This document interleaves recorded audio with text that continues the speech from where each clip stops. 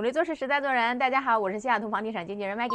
那 Maggie 姐今天带大家来看这套豪宅呢，是位于 Mercer Island。我呢就是特别喜欢在下雨天的时候来看 Mercer Island 的森林景观的房子。一会儿大家就知道为什么了哈。那这个房子呢是建于2006年，然后4室3.5卫，2840平方尺，它的占地呢就有0.67 acre 左右。这个房子也是在里面建筑的非常的现代，然后非常的日式风格。现在先带大家去参观一下吧。那这个房子所在的小区位置呢是叫 Mercer Wood， 它其实就是 I-90下来，开车不到5分钟就可以到达，离西雅图和 Bellevue 市中心都只要10分钟的路程，真的是非常的方便。这个房子从外观看呢，就是经典的这种中世纪现代风格。然后它有很多这个大型的落地窗哈，我们赶快进去参观一下。这个房子一进门呢，可以看到它是一个典型的 split entry 哈，但是呢，进来的这个前厅这个 foyer 还是比较宽敞的。这里可以看到它敞开式的厨房，还有天窗。那厨房这边整个的层高并不是很高哈。那厨房这边的层高并不是很高，但是呢，做过整体的一个装修升级，用了很多这种日式风格啊，可以说，然后亮面的这种木质的材料。那这个房子呢，也是著名的设计师 Anthony Callison 的一个作品。电器啊，各方面都还是非常的现代。你看一下，它厨房其实，虽然不是很大，但是布局很合理，有一个很大的岛台。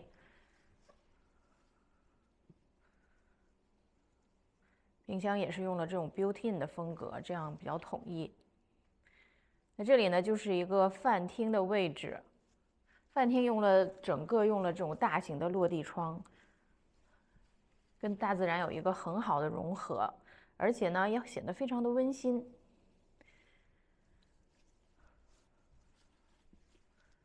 从这里可以看到它的后院。今天也是一个典型的西雅图的雨天。我觉得下雨天来 Mercer Island 就是特别有这种怎么说呢，应景，因为 Mercer Island 就是有非常多的这个森林覆盖，所以说呢，下雨的天气，听到这个虫鸣鸟叫还有雨声，就是非常的惬意，非常的惬意。那它整个客厅呢是做了一个挑高的房顶，而且是用了这种木质的房顶材料哈。这种中世纪现代风格在西雅图是非常的常见。再加上这种大型的落地窗，就可以看到外面的美景。今天看不太清楚啊，但是这个树中间其实能看到一点点湖景。可能晴天的时候会比较明显一点，但是可以看到远处这种云雾缭绕的感觉，其实也是非常有情调的。那现任房主他做的这些装修呢，也可以说是非常符合这个房子的一些特点，突出了这个房子的优点，很日式风格哈。我们看一下它这几个卧室。这个先是一个小的书房，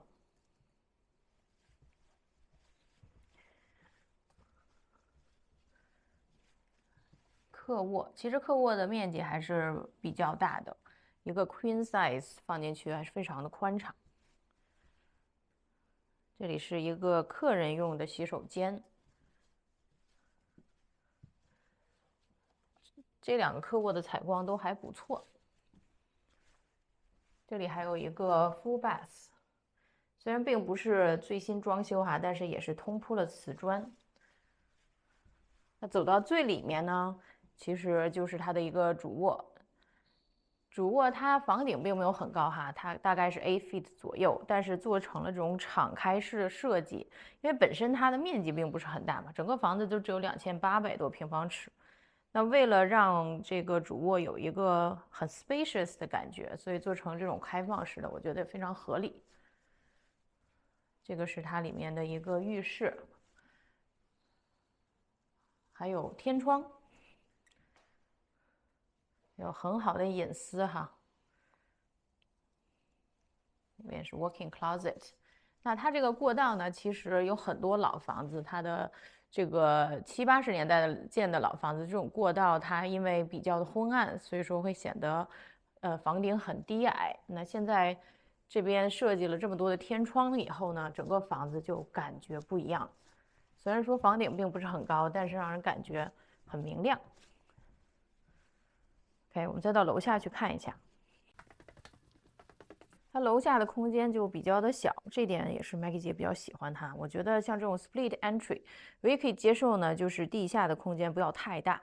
那这个房间可以作为 bonus room 或者是一个影音室。那往里走还有一个小小的卧室，那可以作为客房吧。还有一个 full bath， 那这里通的就是它的车库了。这样的设计就比较的简洁，大部分也保证了大部分的面积都在楼上。那 Maggie 姐呢，一般是不喜欢 split entry 的房子的，但是呢，说实话，在这样一个坡度比较大的这个 Mercer Island 的这些地块很难能够建成这种全部地上的没有地下室的这种户型。那这个房子呢，我比较喜欢它整体的一个建筑风格，非常非常的日式啊，很符合我们华人的审美。再加上呢，它边上都是这种森林环绕，然后让人有一种非常非常温馨惬意的感觉。那这个房子现在的售价呢是240万。如果大家对这个房子或对这个小区感兴趣的话呢，可以加我的微信私聊。也希望您继续关注 Maggie 姐的频道，获取更多的西雅图房地产投资信息。我是您的 Maggie 姐，我们下期再见。